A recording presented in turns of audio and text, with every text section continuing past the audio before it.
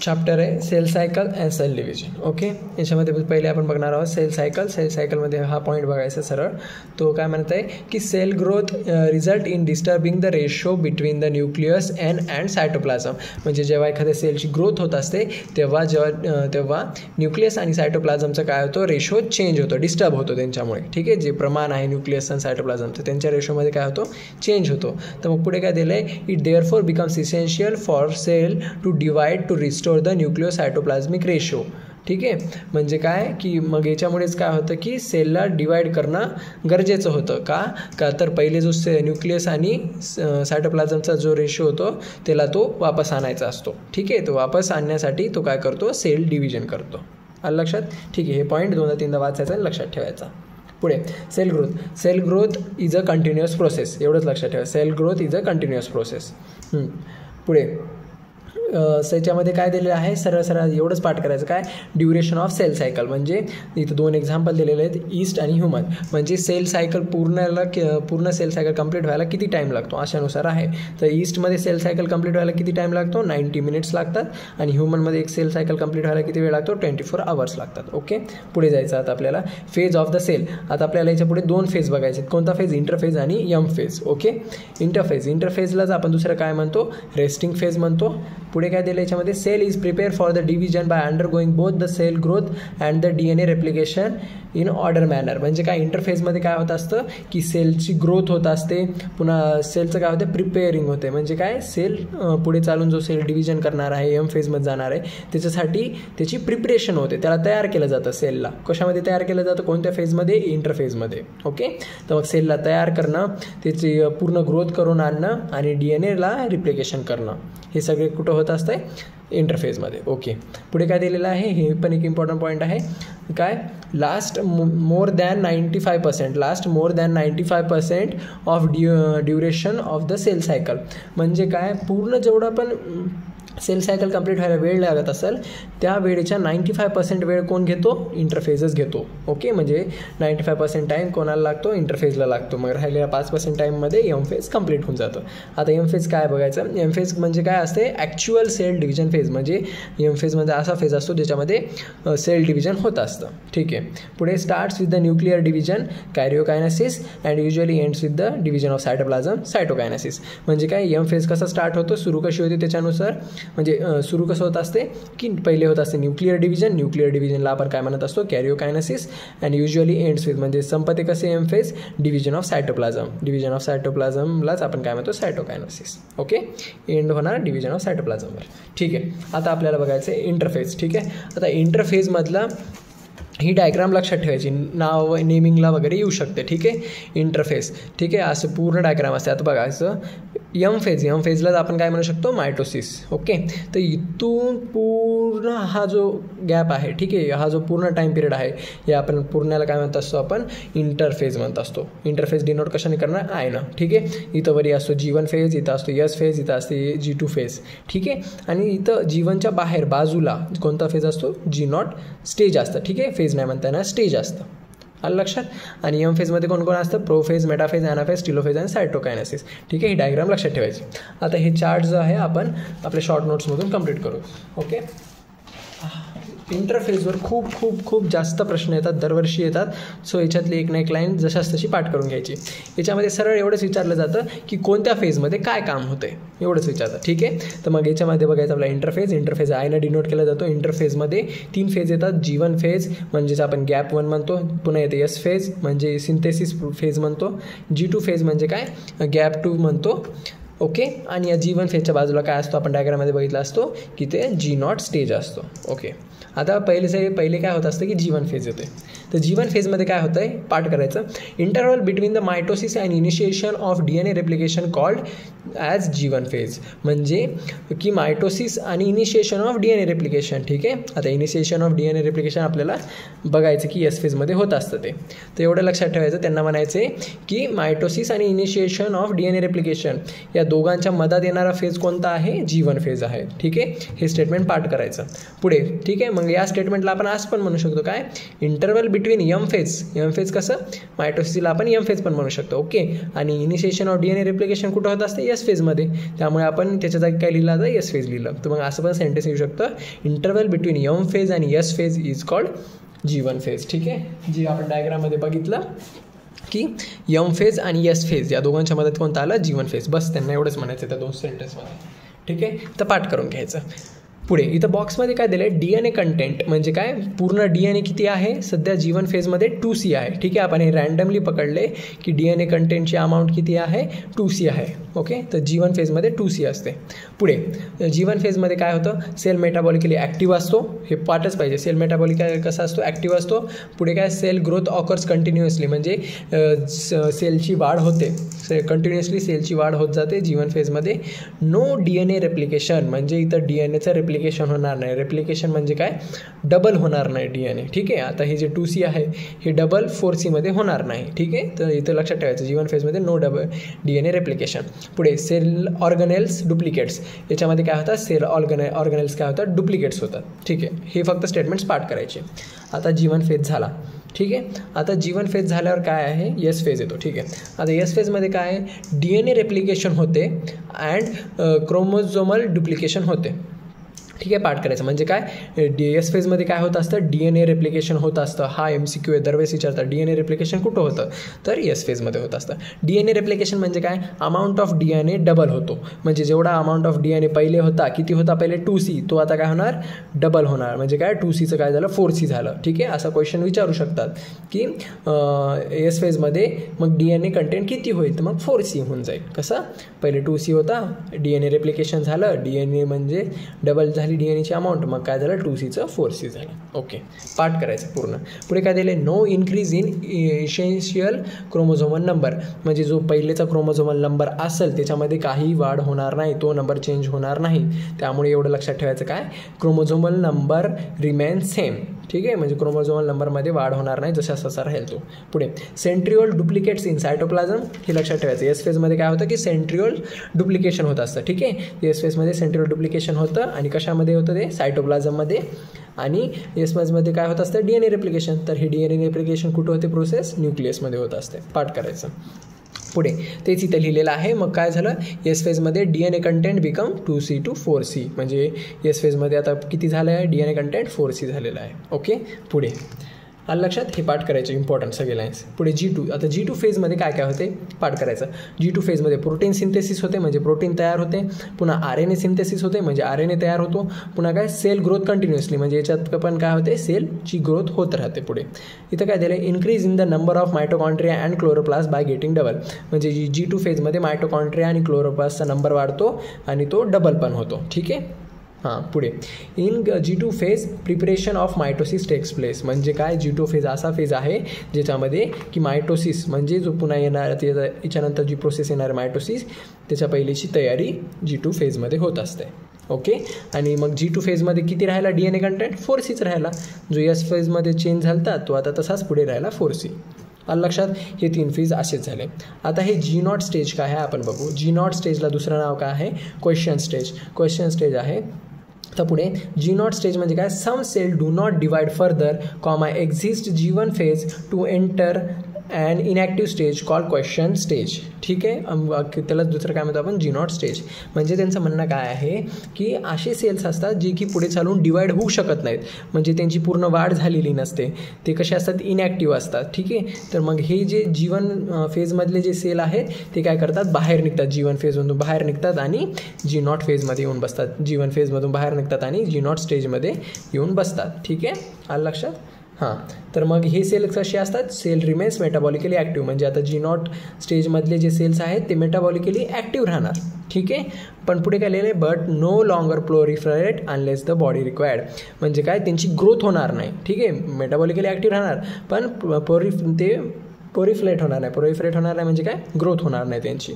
Okay, आणि मग हे स्टेटमेंट त्यांचं म्हणणं आहे की no longer proliferate unless the body required म्हणजे जोपर्यंत बॉडीची मागणी येत नाही की आम्हाला अजून सेल पाहिजे, सेलची वाढ करा, तोपर्यंत हे यांची वाढ होत नसते G0 स्टेजमध्ये. ओके, आता हे स्टेटमेंट लक्षात ठेवायचे. इन ॲनिमल सेलमध्ये मायटोटिक डिव्हिजन म्हणजे काय, मायटोसिस. ओके, तर mitotic division occurs in diploid somatic cells. म्हणजे मायटोटिक डिव्हिजन फक्त कशामध्ये होत असतं, डिप्लॉइड सोमॅटिक सेलमध्ये होत असतं, कोणाच्या, ॲनिमल सेलच्या. पुढे प्लांट सेलमध्ये mitotic division occurs in haploid cell and diploid cell. म्हणजे प्लांट सेलमधले जे पण हॅप्लॉइड सेल असतील, हॅप्लॉइड सेल म्हणजे काय, ज्यांच्यामध्ये DNA कंटेंट काय असतो, 2C असतो. ठीक आहे, आणि ह्या डिप्लॉइड सेलमध्ये DNA कंटेंट काय असतो, 4C असतो. ओके, तर ते झालं. हे नेक्स्ट आहे. बट प्लांट सेलमधले जे हॅप्लॉइड सेल असतात आणि डिप्लॉइड सेल असतात त्यांच्यामध्येच मायटोटिक डिव्हिजन होतं. आता एवढं लक्षात ठेवायचं की हॅप्लॉइड सेलमध्ये DNA कंटेंट 2C असतो आणि डिप्लॉइड सेलमध्ये DNA कंटेंट 4C असतो. Okay, next. आता याच्यानंतर काय सुरू होते, ह्याच्यानंतर आता PW नोट्समध्ये यायचं आणि आता सुरू होणार प्रोसेस कोणती, मायटोसिस. ओके, आता हे पूर्ण आपण इंटरफेस आपण त्या नोट्समध्ये पाहिलेलं आहे. ठीक आहे, आता पुढे जायचं आपल्याला एम फेज म्हणजे काय असते, मायटोसिस असते. ओके, एम फेजला म्हणजे मायटोसिसला आपण काय म्हणतो, दुसरं नाव इक्वेशनल डिव्हिजन. ठीक आहे, हे स्टेटमेंट पाठ करायचं. Chromosome number in parents and progeny cell is same, hence called equational division. म्हणजे काय की पॅरेंट्सचे जे क्रोमोझोम नंबर असतात ते आणि नवीन जे सेल तयार होणार आहे म्हणजे त्याला आपण काय म्हणत असतो, प्रोजेनी सेल. ओके, तर प्रोजेनी सेलचे क्रोमोझोम नंबर आणि पॅरेंटचे क्रोमोझोम नंबर कसे असतात, सेम असतात. त्यामुळे आपण याला काय म्हणत असतो, इक्वेशनल डिव्हिजन. ओके, कोणाला म्हणत असतो आपण इक्वेशनल डिव्हिजन, मायटोसिस प्रोसेसला. ठीक आहे, तर हे स्टेटमेंट पाठ करायचं आणि मायटोसिस प्रोसेसला इक्वेशनल डिव्हिजन म्हणतो आपण, असं लक्षात ठेवायचं. पुढे आता बघायचं आपल्याला मायटोसिस. ठीक आहे, मायटोसिस काय आहे, पूर्ण प्रोसेस 2 गोष्टीमध्ये डिवाइड केलेली आहे. ती म्हणजे काय, डिवाइड इंटू 2. पहिला आहे कॅरिओकायनेसिस एक आणि दुसरं काय आहे, सायटोकायनेसिस. कॅरिओकायनेसिस म्हणजे काय हे लक्षात ठेवायचं. कॅरिओकायनेसिस म्हणजे डिव्हिजन ऑफ न्यूक्लियस. ओके, आणि सायटोकायनेसिस म्हणजे काय, डिव्हिजन ऑफ सायटोप्लाझम. हे लिहून घ्यायचं. ठीक आहे, पुढे काय म्हणता येईल, कॅरिओकायनेसिसमध्ये 4 स्टेप येतात, प्रोफेज, मेटाफेज, ॲनाफेज आणि टिलोफेज. ओके, तर बघायचं आता. पहिले आहे प्रोफेजमध्ये लक्षात काय ठेवायचं, बस एवढंच. प्रोफेजमध्ये काय लक्षात ठेवायचं, the initiation of condensation of chromosomal materials. ठीक आहे, तर मग हे सरळ पाठ करायचं काय की जे क्रोमोझोमल मटेरियल आहे ते कंडेन्स व्हायला सुरू होतं, असं त्या सेंटेन्सचा अर्थ आहे. कंडेन्स म्हणजे काय, एका ठिकाणी जमा व्हायला. आता हे सगळं असं पसरलेलं क्रोमोझोम असेल तर हे एका ठिकाणी असं जमा होतं, असे एक रॉड सारखे स्ट्रक्चर तयार होतात. ठीक आहे, ते स्टेटमेंट पाठ करायचं. पुढे काय आहे, सेकंड स्टेटमेंट कोणतं आहे, centrosome starts to move towards the opposite pole. म्हणजे काय, प्रोफेजमध्ये सेंट्रोझोम्स नावाची गोष्ट असते, ती काय होते, अपोजिट साईडला पोल्सला जायला सुरू होते. ओके, एवढं पाठ करायचं. पुढे काय, हे एक लिहून घ्यायचं काय, ॲस्टर्स ऑकर्स इन प्रोफेज. म्हणजे क्वेश्चन एखाद्या वेळेस विचारला, ॲस्टर्स कोणत्या फेजमध्ये फॉर्म होतात, तयार होतात, तर प्रोफेज 1मध्ये. बस एवढं पाठ करायचं. पुढे हे एक स्टेटमेंट लक्षात ठेवायचं काय, at the end of prophase cell do not show Golgi complex ER, nucleolus and nuclear envelope. म्हणजे काय, at the end of prophase म्हणजे प्रोफेज जसं संपायला येईल त्यावेळेस गॉल्गी कॉम्प्लेक्स गायब होतं, ER गायब होतं. ER म्हणजे काय, एंडोप्लाझमिक रेटिक्युलम गायब होतं, न्यूक्लिओलस गायब होतं आणि न्यूक्लिअर एन्व्हलप गायब होतं. ठीक आहे, म्हणजे डिस्ट्रॉय होऊन जातं, दिसत नाही, दिसेना असं होतं. ठीक आहे, हे स्टेटमेंट लक्षात ठेवायचं. पुढे आहे आता मेटाफेजमध्ये काय लक्षात ठेवायचं, मेटाफेजमध्ये हे लक्षात ठेवायचं, condensation of chromosome is completed. म्हणजे प्रोफेजमध्ये काय झालं, कंडेन्सेशन ऑफ क्रोमोझोम सुरू झालं. आता ते संपणार कुठं, मेटाफेजमध्ये. म्हणजे मेटाफेजमध्ये पॉईंट पाठ करून टाकायचा, condensation of chromosome is completed. ठीक आहे, पुढे काय दिलेलं आहे, पुढे दिलेलं आहे morphology of chromosome is most easily studied. पुढे लिहून घे इन मेटाफेज. ठीक आहे, पुढे लिहून घ्या इन मेटाफेज.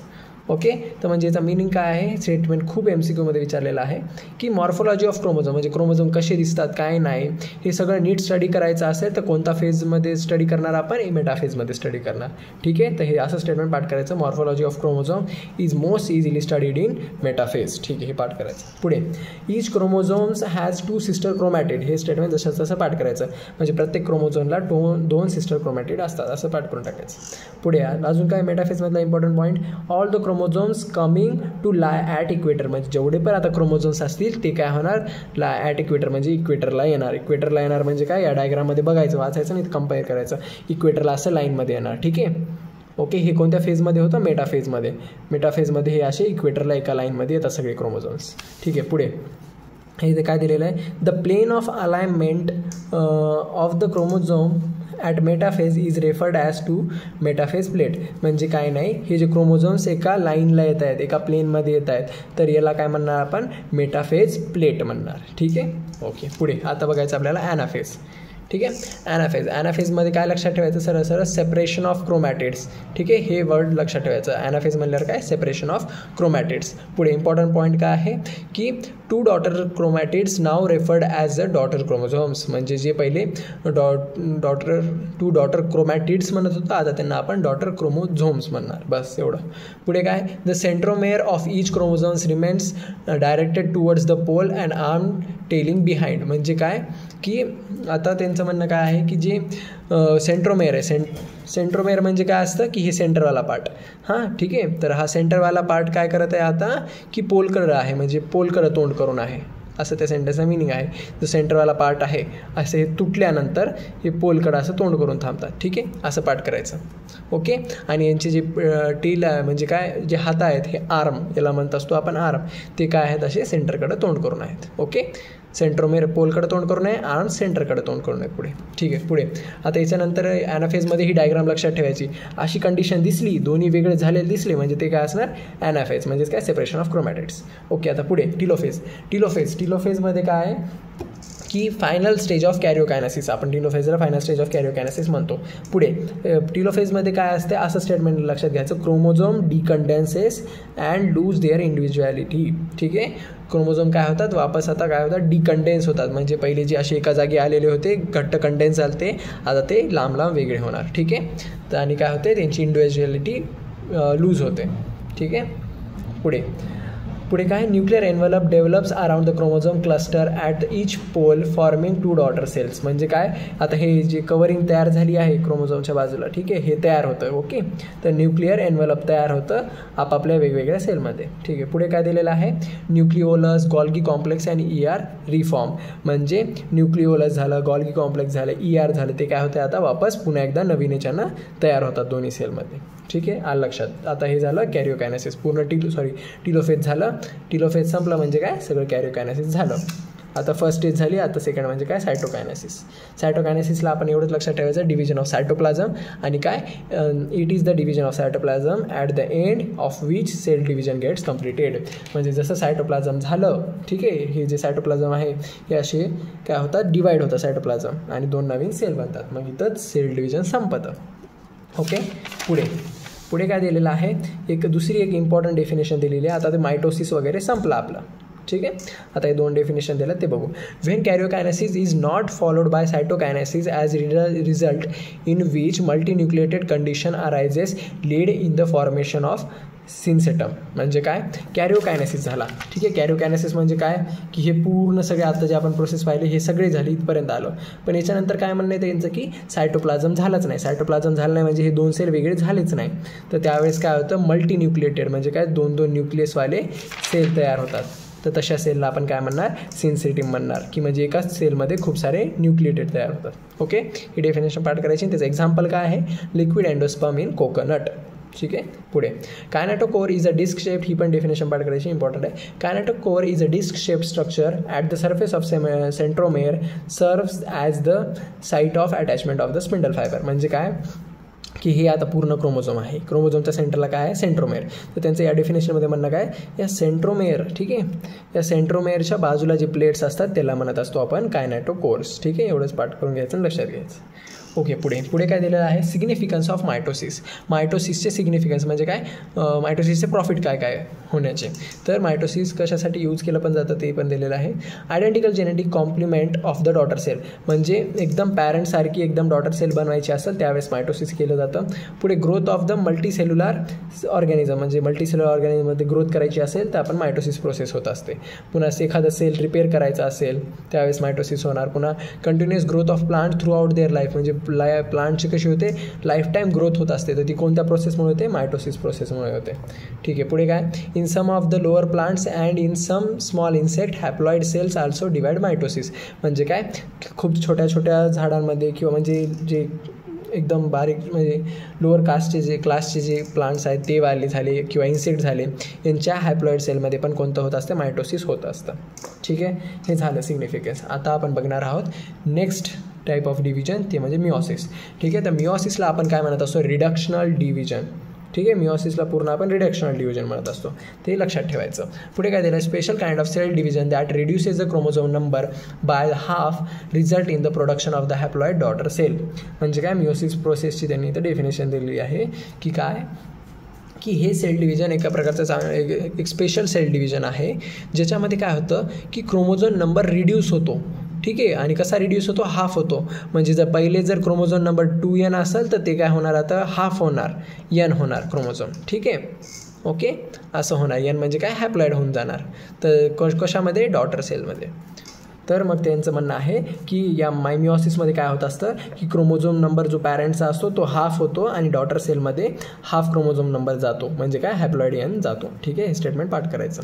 पुढे इथून असं लक्षात घ्यायचं, meiosis occurs in sexually reproducing organisms. म्हणजे काय दिलेलं आहे की मिओसिस कोणामध्ये होणार, जे की सेक्शुअली रिप्रोड्यूस करतात, म्हणजे काय, सेक्सद्वारे रिप्रोड्यूस करतात ऑर्गॅनिझम्सला, नवीन ऑर्गॅनिझम्सला, त्यांना त्याच्यामध्येच मिओसिस होत असतं. पुढे मिओसिसचे काय 2 टाईप आहे, म्हणजे 2 स्टेप्स आहेत मिओसिसचे, मिओसिस 1 आणि मिओसिस 2. ओके, तर ते पण आपल्याला बघायचे. पण इथे एक स्टेटमेंट लक्षात ठेवायचं, only single cycle of DNA replication occurs in meiosis. म्हणजे मिओसिसमध्ये फक्त single cycle of DNA replication होत असतं. ओके, हां. आणि पुढे काय दिलं, meiosis 1 initiated after the parental chromosome replicated. हे स्टेटमेंट खूप इम्पॉर्टंट आहे. म्हणजे त्यांचं म्हणणं आहे की हे मिओसिस 1 ही प्रोसेस सुरू कधी होते, जेव्हा जे पॅरेंटल क्रोमोझोम आहे, ठीक आहे, पॅरेंटल क्रोमोझोम रिप्लिकेट होतं. ओके, जेव्हा पॅरेंटल क्रोमोझोम रेप्लिकेट होईल त्याच्यानंतरच मिओसिस 1 सुरू होईल, असं स्टेटमेंट आहे, लक्षात ठेवायचं. पुढे 4 haploid cells are formed at the end of meiosis 2. म्हणजे आता मिओसिस 1 झालं, मिओसिस 2 झालं, तर त्याच्या सर्वात शेवटी किती, 4 हॅप्लॉइड सेल तयार होणार. म्हणजे किती सेल तयार होणार, 4 सेल तयार होणार. ओके, आता आहे मिओसिस 1 बघायचं आपल्याला. मिओसिस 1ला आपण काय म्हणत असतो, रिडक्शनल फेज म्हणत असतो. ओके, हे लक्षात ठेवायचं, MCQ बनतो याच्यावर. तर मिओसिस 1ला आपण रिडक्शनल फेज म्हणत असतो. आता ही सगळी प्रोसेस जी आहे आपल्याला शॉर्ट नोट्समध्ये इझिली पाठ होण्यासाठी आपल्याला शॉर्ट नोट्समध्ये बघायचं. ओके, तर ठीक आहे, आपल्या शॉर्ट नोट्समधलं आहे मिओसिस 1. मिओसिस 1मध्ये 5 म्हणजे मिओसिस 1मध्ये काय असे प्रोफेज 1, पुन्हा येत असतं मेटाफेज 1, ॲनाफेज 1 आणि टिलोफेज 1. ठीक आहे, तर त्याच्यात आपण पहिलं बघू प्रोफेज 1. प्रोफेज 1मध्ये पण 5 स्टेजेस येतात की, ओके, 5 टाईप्सचे स्टेजेस असतात. तर लक्षात घ्यायचं, पहिला कोण येते, लिप्टोटीन, दुसरा आहे तो झायगोटीन, तिसरा आहे तो पायकेटीन, चौथा आहे डिप्लोटीन आणि 5वा आहे डायकायनेसिस. ओके, तर मग याच्यात लक्षात घ्यायचं काय, लिप्टोटीन येणार पहिले. ओके, लिप्टोटीनमध्ये काय होत असतं, कॉम्पॅक्शन ऑफ क्रोमोझोम होत असतं. पाठ करायचं, कॉम्पॅक्शन ऑफ क्रोमोझोम म्हणजे काय, सगळे क्रोमोझोम एका जागी येणार. पुढे झायगोटीन म्हणजे काय, सिनॅप्सिस इज अकम्पाइंड म्हणजे काय, सिनॅप्सिस तयार होतं. आणि पुन्हा काय दिले, होमोलोगस क्रोमोझोम्स कॉल्ड सिनॅप्सिस. म्हणजे की जी होमोलोगस क्रोमोझोम्स असते त्यालाच आपण सिनॅप्सिस म्हणत असतो. ठीक आहे, हे लक्षात ठेवायचं. पुढे काय दिलेलं आहे, सिनॅप्टिकल कॉम्प्लेक्स ऑकर्स इन झायगोटीन. म्हणजे सिनॅप्टिकल कॉम्प्लेक्स झायगोटीन स्टेजमध्ये तयार होत असतो. ओके, तर मग कुठं पण क्वेश्चनमध्ये आलं की सिनॅप्टिकल कॉम्प्लेक्स कोणत्या स्टेजमध्ये होतं, तर आन्सर येणार झायगोटीन. आणि कुठं पण असं आलं की सिनॅप्सिस कुठं तयार होणार किंवा कुठं अकम्पाइंड होणार, तर स्टेजचा आन्सर येणार झायगोटीन. ठीक आहे, असे क्वेश्चन विचारले जातात. पुढचा पॉईंट काय आहे, a pair of synapsed homologous chromosomes is called as bivalent or tetrad. खूप इम्पॉर्टंट आहे, याच्यावर पण MCQ बनतात. काय म्हणत आहेत ते, की जे सिनॅप्स्ड होमोलोगस क्रोमोझोम्स आहेत त्यांच्या जोड्याला काय म्हणणार आपण, बायवॅलंट म्हणणार ऑर अ टेट्राड म्हणणार. ठीक आहे, पुढे आता याच्यानंतर प्रोसेस आहे ना पायकेटिन. ठीक आहे, पायकेटिनमध्ये काय होते, 4 chromatids of each bivalent become distinct and clearly appears as tetrads. ठीक आहे, म्हणजे एवढं लक्षात घ्यायचं की जे 4 क्रोमॅटिड्स होते ते आता बायवॅलंट होतात आणि 4 अपिअर्स ॲज टेट्राड्स, म्हणजे टेट्राड्ससारखे दिसायला लागतात. ओके, ठीक आहे, आता हा पॉईंट एकदा नाही लक्षात ठेवला तरी चालते, बट हे 2 पॉईंट खूप इम्पॉर्टंट आहेत, हे लक्षात ठेवायचे. ओके, काय आहे पायकेटिनमध्ये काय होतं, अपिअरन्स ऑफ रिकॉम्बिनेशन नोड्यूल्स. म्हणजे काय, रिकॉम्बिनेशन नोड्यूल्स कुठं दिसायला लागतात, पायकेटिन स्टेजमध्ये दिसायला लागतात. ठीक आहे, इम्पॉर्टंट आहे, याच्यावर क्वेश्चन विचारतात. पुढे crossing over occurs between the non sister chromatids of homologous chromosomes. म्हणजे जे नॉन सिस्टेड क्रोमॅटिड्स आहेत त्यांच्यामध्ये काय होते, क्रॉसिंग ओव्हर सुरू होते. ठीक आहे, तर मग क्वेश्चनमध्ये असं विचारलं जातं की क्रॉसिंग ओव्हर कुठं होते, कोणत्या स्टेजमध्ये होते, तर आन्सर आला पाहिजे पायकेटिन, असं लक्षात आलं पाहिजे. पुढे डिप्लॉटिन फेजमध्ये काय होतं की डिसोल्युशन ऑफ अ सिनॅप्टिकल कॉम्प्लेक्स, म्हणजे सिनॅप्टिकल कॉम्प्लेक्स काय होतं, ब्रेक होतो. Okay, dissolution of synaptical complex होतं. पुन्हा काय होतं, X shape structure in bracket site of crossing over called as chiasmata. आता म्हणजे त्यांनी काय दिलं की एक्स शेप्डवाला एक स्ट्रक्चर तयार होतो, त्याला आपण कॅसमॅटा म्हणतो. ठीक आहे, तर मग क्वेश्चनमध्ये विचारता कॅसमॅटा कुठं तयार होतो, कोणत्या स्टेजमध्ये तयार होतो, तर आन्सर आला पाहिजे डिप्लॉटिन. ठीक आहे, हे खूपदा विचारतात. आणि डिसोल्युशन ऑफ सिनॅप्टिकल कॉम्प्लेक्स पण डिप्लॉटिनमध्ये होत असतं. ठीक आहे, पुढे आता याच्यानंतर येतं डायकायनेसिस म्हणजे काय, ते सरळ पाठ करून घ्यायचं. टर्मिनायझेशन ऑफ कॅसमॅटा असंच विचारतात. टर्मिनायझेशन ऑफ कॅसमॅटा कशामध्ये होतं, डायकायनेसिस. Answer done. ओके, हे पाठ करायचं. पुढे nucleolus disappear and nuclear envelope is equals to breakdown. म्हणजे काय, न्यूक्लिओलस डिसअपियर होतं आणि जे न्यूक्लिअर एन्व्हलप आहे ते तुटल्या जातं, ब्रेकडाऊन होतं म्हणजे तुटतं. पुढे diakinesis represent as the transition to metaphase.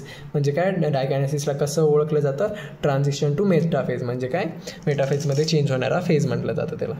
Okay, आता हे सगळं लक्षात आलं. आता याच्यावर क्वेश्चन कसे बनू शकतात की हे ऑर्डरमध्ये सांगा म्हणतात, ऑर्डर पण सांगा म्हणतात. म्हणजे काय की सर्वात पहिले काय येणार, लिप्टोटिन येणार, मग लिप्टोटिन नंतर झायगोटिन येणार, झायगोटिन नंतर पायकेटिन येणार, पायकेटिन नंतर डिप्लोटिन येणार, डिप्लोटिन नंतर काय येणार, डायकायनेसिस येणार. ठीक आहे, तर मग हे ऑर्डरमध्ये पाठ असणं गरजेचं आहे. ओके, तर ऑर्डरसाठी आपण जस्ट असं एक लिहून घेऊ शकतो, काय म्हणजे LZPDD. ठीक आहे, याला आपण लक्षात ठेवण्यासाठी काही पण लिहू शकतो, काय, लता जरा पाणी दे. ठीक आहे, असं पण लक्षात ठेवू शकतो ट्रिकनुसार. ओके, पुढे आता त्याच्यानंतर आता ही जसं डायकायनेसिस झालं की काय होतं, प्रोफेज 1 संपतो. मग नंतर ते कशात जातं, मेटाफेज 1मध्ये. तर मेटाफेज 1मध्ये काय होत असतं, एवढंच पाठ करायचं. काय, अलाइनमेंट ऑफ, हे वर्ड ॲड करून घ्या, अलाइनमेंट ऑफ बायव्हॅलंट होमोलोगस क्रोमोझोन. ठीक आहे, मेटाफेज 1मध्ये काय होत असतं, जे बायव्हॅलंट क्रोमोझोन आहे ते एका लाईनला सेंटरला असे येत असतात. ठीक आहे, एवढंच लक्षात घ्यायचं. पुढे ॲनाफेज म्हणजे काय, सेग्रिगेशन ऑफ होमोलोगस क्रोमोझोम. म्हणजे काय, होमोलोगस क्रोमोझोम्स काय होतात, वेगळे होतात. म्हणजे आपण पाहिलं होतं की असे क्रोमोझोम्स जे आहेत तो काय होतात, वेगळे होऊन जातात सरळ. ओके, आणि मग त्याच्यानंतर काय येतं, टिलोफेजमध्ये काय पाठ करायचं सरळ, the nuclear membrane and nucleolus reappears. म्हणजे काय, जे न्यूक्लिअर मेम्ब्रेन आहे, जे न्यूक्लिओलस आहे ते वापस तयार होतात. आणि टिलोफेज 1मध्ये काय होतं की formation of dyad of cell होतं. ठीक आहे, इम्पॉर्टंट आहे हे. ठीक आहे, formation of dyad of cell म्हणजे काय, 2 सेल तयार होतात कशामध्ये, टिलोफेज 1मध्ये. ओके, मग काय होतं की मिओसिस 1 कंप्लीट होऊन जाते. ठीक आहे, आता मिओसिस 1 कंप्लीट झाली की मग आता काय येणार, याच्यानंतर येणार आहे मिओसिस 2. ओके, आता मिओसिस 2 इथून बघू. मिओसिस 2ला आपण काय म्हणणार, equational phase. Okay, equational phase म्हणणार. आणि त्यालाच काय म्हणलं जातं, resembles as the normal mitosis. म्हणजे जशी आपण मायटोसिस प्रोसेस शिकली ती सेम टू सेम आता कशात होणार आहे, मिओसिस 2मध्ये होणार आहे. त्यामुळे त्याला काय म्हणलं जातं, मिओसिस 2ला इक्वेशनल. ठीक आहे, क्वेश्चनमध्ये विचारतं मिओसिस 1 आहे रिडक्शनल फेज आणि मिओसिस 2 आहे इक्वेशनल फेज. ठीक आहे, लक्षात ठेवायचं. पुढे प्रोफेज 2मध्ये एवढंच लक्षात ठेवायचं, काय, it is initiated immediately after cytokinesis. म्हणजे वरी जे टिलोफेज नंतर जी सायटोकायनेसिस होती त्याच्यानंतर लगेच सुरू होतं. त्याच्यामध्ये पुढे काय दिलेलं आहे, the nuclear membrane disappear at the end of prophase 2. म्हणजे काय, ही प्रोफेज जी 2 आहे याच्या शेवटी काय होतं, न्यूक्लिअर मेम्ब्रेन डिसअपियर होतो. आणि पुढे काय दिलेलं आहे, क्रोमोझोम नंबर्स बिकम कॉम्पॅक्ट. ठीक आहे, त्याच्यामध्ये लक्षात काय ठेवायचं, हे 2 पॉईंटच एवढे लक्षात ठेवून द्यायचं. क्रोमोझोमचं काय होणार, कॉम्पॅक्ट होणार आणि न्यूक्लिअर मेम्ब्रेन डिसअपियर होणार. ठीक आहे, पुढे आता याच्या पुढे आहे मेटाफेज 2मध्ये काय दिलेलं आहे, क्रोमोझोम्स अलाइन ॲट इक्वेटर. म्हणजे काय होतात की क्रोमोझोम्स कसे होतात, अशी इक्वेटरला एका लाईनला येऊन जातात मेटाफेजमध्ये. ओके, हे स्टेटमेंट लक्षात ठेवायचं. ओके, पुढे त्याच्यानंतर हे काय, ॲनाफेज 2मध्ये काय होतं, splitting of a centromere allowing chromosome to move towards the opposite pole of cells. म्हणजे काय, याच्यामध्ये काय होतं की जे क्रोमोझोम आहे ते स्प्लिट होतात. ठीक आहे, स्प्लिट होतात म्हणजे काय, तुटतात आणि आपापल्या एका कॉर्नरला जातात. ठीक आहे, आलं लक्षात. एवढंच लक्षात ठेवायचं. आणि मग आता टिलोफेजमध्ये काय होतं की सर्वात इम्पॉर्टंट लक्षात ठेवायचं, formation of tetrad cell. Telophase 2मध्ये काय होतं की फॉर्मेशन ऑफ टेट्राड सेल म्हणजे काय, 4 सेल तयार होतात. ओके, हां, आणि काय दिलेलं आहे, meiosis ends at the telophase 2, म्हणजे हे जे मिओसिस 2 आहे किंवा पूर्ण मिओसिस प्रोसेस कुठे एंड होत असते, टेलोफेज 2मध्ये एंड होत असते. ठीक आहे. आणि पुढे काय लक्षात ठेवायचं, two group of chromosomes once again get enclosed by nuclear envelope, म्हणजे काय होतं, सर्वात शेवटी सरळ टेलोफेज झाला की सगळे सेलच्या आजूबाजूला काय येतं, हे न्यूक्लिअर एन्व्हलप म्हणजे न्यूक्लिअर कवर येतं, आउटर कवरिंग. ओके, ते झालं. आता काय बघायचं, सिग्निफिकन्स ऑफ मिओसिस, म्हणजे मिओसिसचे बेनिफिट आणि त्याचे फायदे काय. याच्यामध्ये फक्त हे 2 पॉईंट लक्षात ठेवायचे, हे आणि हे. काय दिलेलं आहे, increase the genetic variability in the population of organism which is important for the process of evolution, म्हणजे त्यांना काय म्हणायचं आहे की मिओसिस प्रोसेसमुळे काय होते, जीन्समध्ये खूप सारे चेंजेस येतात, खूप विविधता भेटते जीन्समध्ये, त्यासाठी मिओसिस केलं जातं आणि त्याच्यामुळे काय होतं, इव्हॉल्युशनला काय वाटतं, एक इव्हॉल्युशन होण्यासाठी गरजेचं असतं. ओके, इव्हॉल्युशन म्हणजे काय, पिढीनपिढी ग्रोथ होण्यासाठी चेंजेसमध्ये जीन्समध्ये. पुढे सेकंड पॉईंट काय आहे, to reduce the chromosomes numbers by half, म्हणजे मिओसिस कशासाठी वापरलं जातं की जे क्रोमोझोम नंबर आहे त्याला पुढच्या पिढीमध्ये हाफ करण्यासाठी यूज केलं जातं. Okay, done.